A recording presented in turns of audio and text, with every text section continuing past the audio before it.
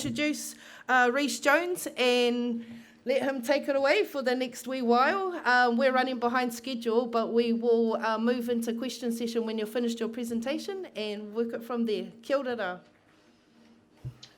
Kia ora, Dale. Can you hear me okay? Yeah. O tēnā tātou katoa. E te tuatahi e tika ana mō tēnei uri no Ngāti Kahungunu ki te mihi atu ki oku tuakana no Ngāti Parau, hoki ngā hapu me ngā iwi, ngā mana whenua katoa o te Tairāwhiti. Nō reira, tēnā koutou. I ngā kaiwhakahaere, i te rangatira e Tina, Dale, e kore oti ngā mihi kia kōrua, koutou hoki i te whare nei, tēnā koutou, huri no te whare, huri no hoki te irirangi, tēnā koutou katoa. Ko wai tēnei, e kōrero nei, ko whakapūnake te maunga, ko Wairoa te awa, ko Ngāti Kahungunu te iwi, ko Ngai te apatu te hapu, ko Rhys Jones tōku ingoa. Nō reira, ka nui te mihi kia koutou. So kia ora everyone, and thank you very much for the opportunity to have a kōrero this afternoon, sorry. It's late in the day. I did want to just thank Tina and the organisers and everyone very much for just allowing me to do this over the internet, and really to say I think it's a good way of doing it in terms of the carbon and in terms of also time. It's not so good for the whakapanaungatanga, so apologies that I can't be there in person. Would be awesome, and it seems like it's been an amazing day. I've been trying to listen in as much as possible to the other kōrero, and some amazing mahi and some amazing whakaaro coming through. So I hope I'll be able to add something to that. I'm just going to try and share my slides with you now.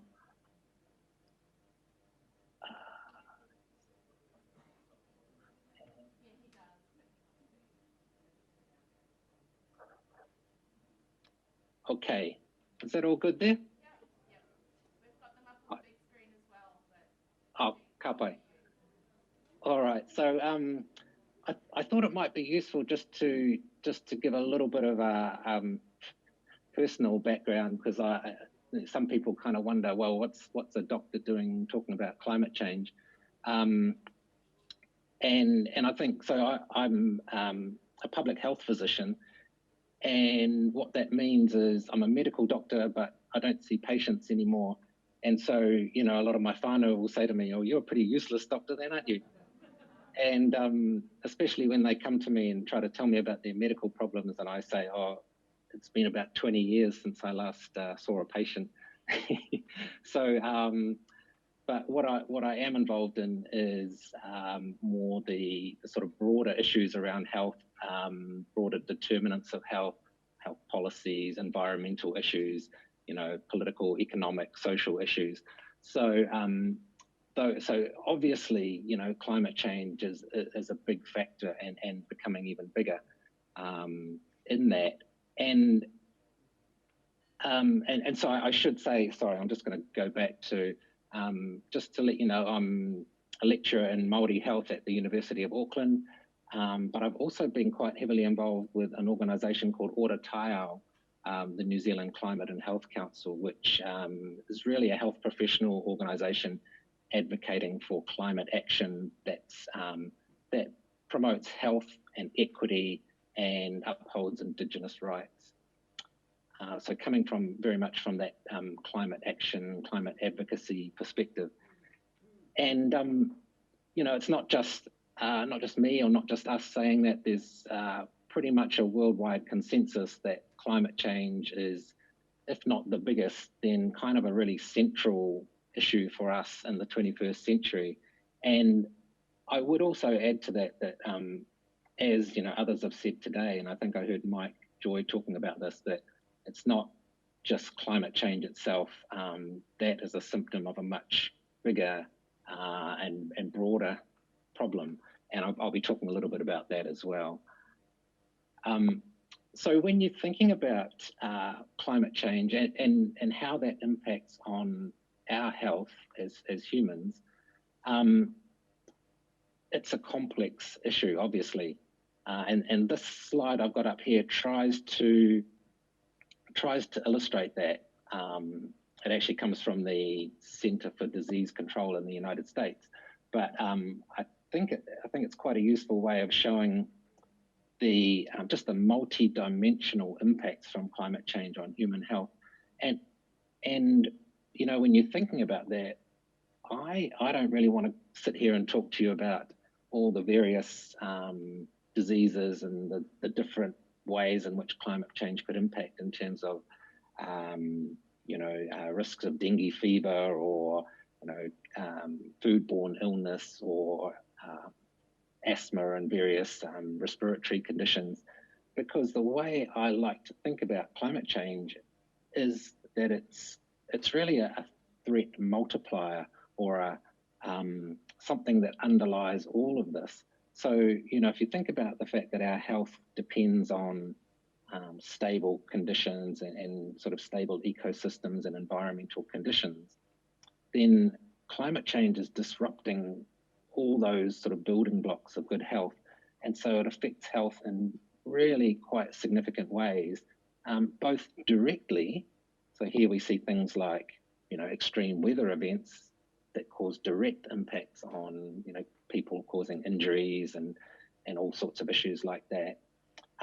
Right through to more indirect things where you might find, for example, that droughts lead to food crop failures, and so you get food prices rise, and you end up with, you know, some people who end up with food insecurity, and that having major impacts on, you know, malnutrition and things like that. So right through to forced migration, conflict, you know, we're already starting to see some of these things.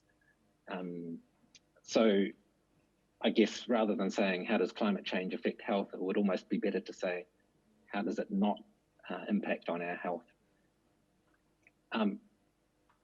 And one of the key points I wanted to make is that these things aren't just a future threat, and I think this will be obviously clear to just about everyone, I hope, that we're already seeing the impacts.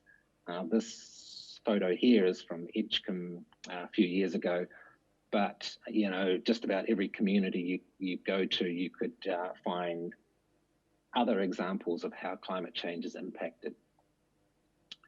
And this is just another representation. This one is from New Zealand. So the Royal Society a few years ago did an analysis of how climate change is impacting on our health. I get the feeling that people that are doing climate change and health kind of work must like pizzas, because all the models seem to be sort of pizza shaped. But this really shows that, again, through a whole range of different processes, we can end up with a whole range of different outcomes. And right from things that, you know, might seem more obvious, like temperature. And as temperatures increase, you know, we're going to find that actually people who work outdoors can't do that anymore. It gets to the point where we just can't physically adapt to the environmental conditions. Those more obvious things, right through to things like community disruption, you know, breakdown of community connections that might lead to mental health impacts, food and water insecurity again. So even in New Zealand, which, you know, other people have talked about as being relatively protected in some ways from the impacts of climate change, we are going to see, and already are seeing, major impacts from these things. And the impacts are not obviously borne equally. And so we see a number of groups or communities, populations in Aotearoa, but also across the world, who are much greater risk from climate change and the health impacts.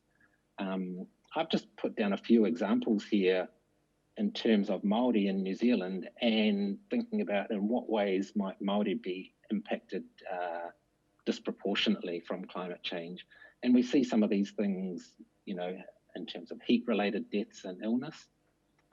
Because Māori are more likely to be, working outdoors, also having pre-existing, poorer health outcomes, as well as having more limited capacity often to adapt to the impacts of climate change. So, probably can't afford to put air conditioning through everyone's houses, all those sorts of things. That puts Māori at greater risk.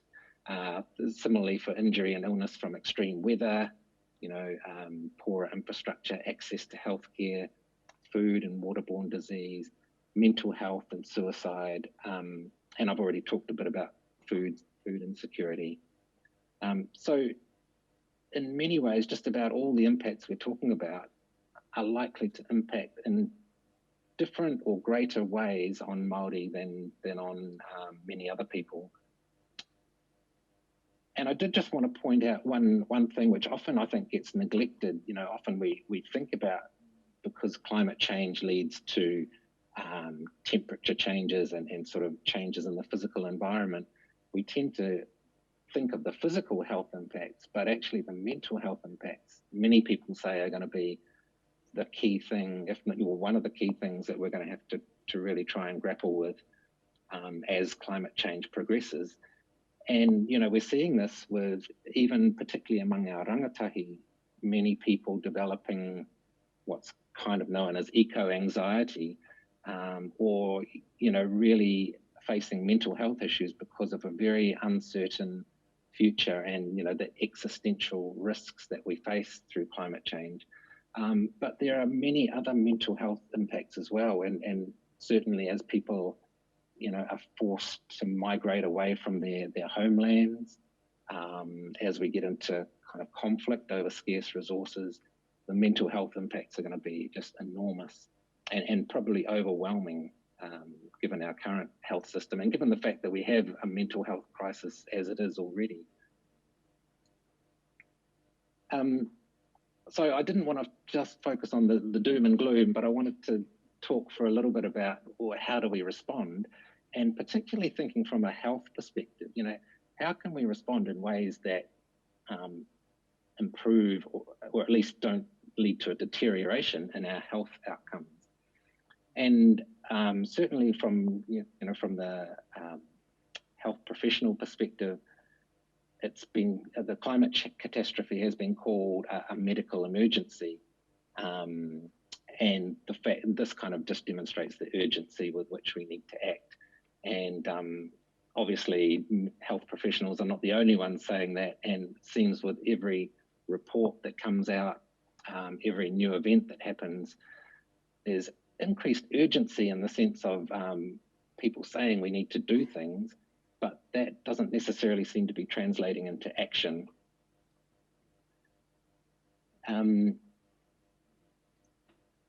So from a health perspective, one of the ways we like to look at it is that climate change, as well as being perhaps the greatest health threat of the 21st century, can also be the greatest health opportunity if we approach it in the right way and if we respond in a way that contributes to those outcomes.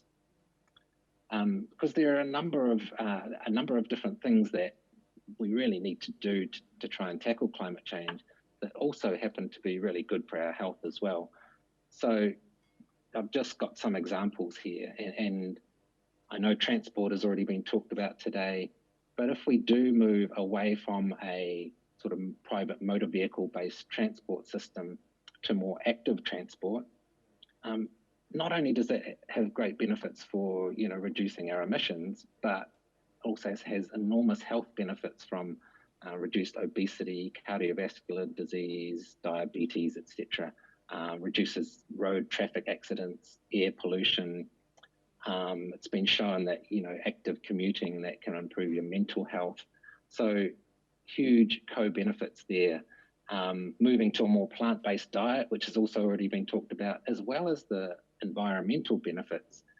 We also see huge health benefits from better nutrition, reduced obesity, cardiovascular disease, and cancers. And just another example of this is in terms of our housing. So if we built and developed more energy efficient homes, we'd not only reduce our energy requirements, but also create kind of warmer, drier, more health promoting indoor environments. So we'd see a lot less respiratory disease, a lot less particularly childhood illness from cold, damp, mouldy housing. Other diseases like that are caused by poor housing, like rheumatic fever. So if we do these things in the right way, it's kind of a no-brainer that we should just be doing them because they are really good for our health outcomes. And if we do them in a way that focuses on prioritizing the most disadvantaged and those with the poorest outcomes to begin with, then we can also help to achieve equity in doing this. So sounds great. But what often happens, and I know James and perhaps others have already talked about transport and talked about moving to more electric vehicles. What often happens with developing responses to climate change is that we see kind of people trying to, well, let's carry on doing things basically as we are now, but we'll do them a bit greener. And I think electric vehicles are an example of this. And so we kind of don't think outside the square of a car-based or a private motor vehicle-based transport system. We simply think, well, how can we develop a greener fuel that's not going to produce so many emissions? And perhaps that's good for the emissions side of things, but it doesn't solve a whole lot of the other problems that are caused by our, really unsustainable transport system. And what from a health perspective, what we suggest is that actually we need to be thinking about, and perhaps this is a little bit of a urban-centric perspective, moving towards phasing out cars and moving towards public transport, active transport, because not only is that obviously what we need to do more for the climate, but it also will have huge health benefits, social benefits, economic benefits. And rather than just doing this, as we often seem to do at the moment in the leafier suburbs, shall we say, let's also try to do that in a way that has an equity focus so that we're promoting these things and building the infrastructure in the places where it's needed and where the benefits are going to be the greatest. So focusing on like Māori Pacific communities, let's get the infrastructure, get the whatever resources are required to enable greater transport choices and allow people to move towards more active forms of transport. I also wanted to just make the point that these co-benefits, these positive side effects in terms of improved health outcomes, don't happen automatically. So that we need to actually consciously design our climate policies to be able to produce these health benefits, because actually the opposite can happen, and that there can be unintended consequences of sometimes quite well-meaning policies to try and reduce our greenhouse gas emissions. And so in this example here, this is actually not from Aotearoa, but it's from Panama, in fact, where the government built some hydro dams to obviously create more renewable energy, reduce the demand on fossil fuel energy. And the impacts we saw, or they saw, were essentially flooding of Indigenous people's lands and, loss of a lot of those taonga that were there. And so we need to obviously do things that are going to maximize the health co-benefits, but also minimize or avoid any of the co-harms related to health outcomes and other outcomes. So I think what that requires is really a climate justice orientation to everything we do. And often when we talk about that, people will focus on this this distributive justice aspect, and perhaps forget or disregard some of the other things. So we often think about, well, how does a particular policy or intervention lead to different harms or benefits for different groups of people in the population? But what we also need to think about is the procedural aspects. So how are communities, and particularly marginalized communities that don't normally have a voice in these processes, how are they included in these decision-making processes to come up with policies and interventions, as well as this kind of recognition aspect that whose knowledges are we valuing here, whose values, whose institutions, in order to come up with what we decide to do to respond to climate change. And I'll talk a little bit more about that in terms of the role of Indigenous knowledges in informing climate solutions.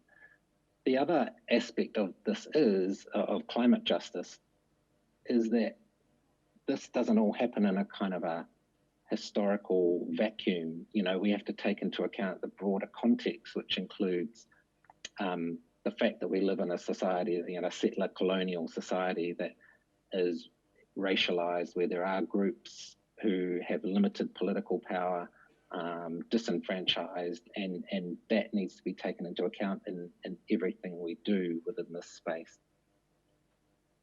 So in other words, just to kind of summarize, I guess, what I've been talking about there, is that we can't actually tackle climate change successfully if we don't also address all those root causes of inequity. And that includes, particularly for us here, social, economic, political marginalization of Māori and Indigenous peoples.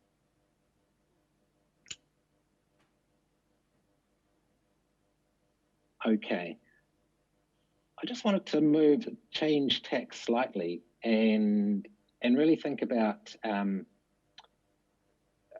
how we conceptualize or how we think about climate change, because that has really significant implications for how we go about addressing it.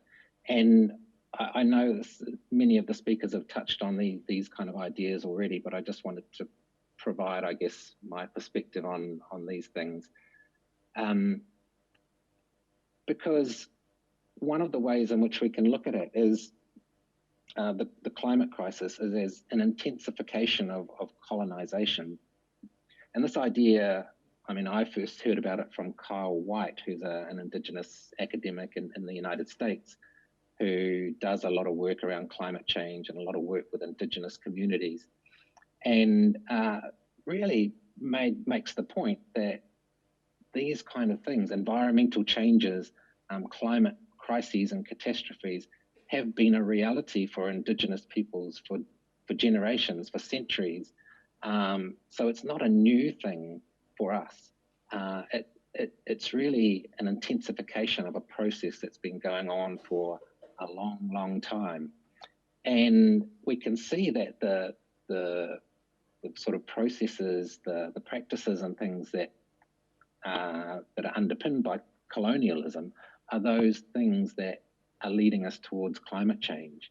So the extractive kind of nature of our industries, the land use changes that we've seen through colonization and settling of this land, are all things which produce a lot of greenhouse gases. And thinking about that kind of even more broadly, I was really interested to read this paper recently, which really challenges, I think, a lot of the ways we think about even the very way we live. So that they talk about this modern colonial habit of being, our way of life rests first and foremost on a separation of humans from each other and from the rest of nature.